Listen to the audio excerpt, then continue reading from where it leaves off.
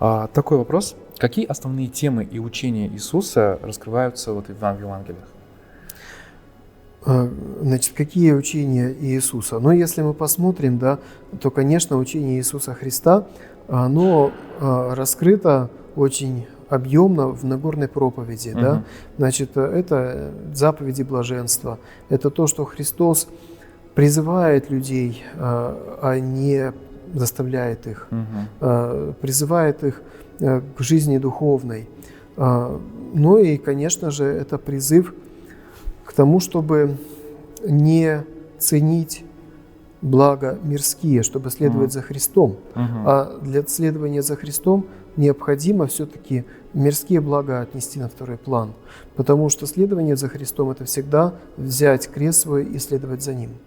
А если взять крест свой, значит, нужно забыть все мирские блага. Да? Для человека, любого, это тяжелый выбор.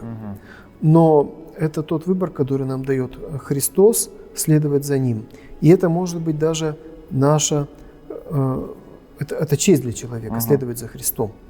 Потому что следование за Христом, это, как говорится, не каждому дано. И пророки желали это, и ветхозаветные праведники желали видеть Христа, да, но не видели Его. А мы с вами имеем возможность следовать за Ним.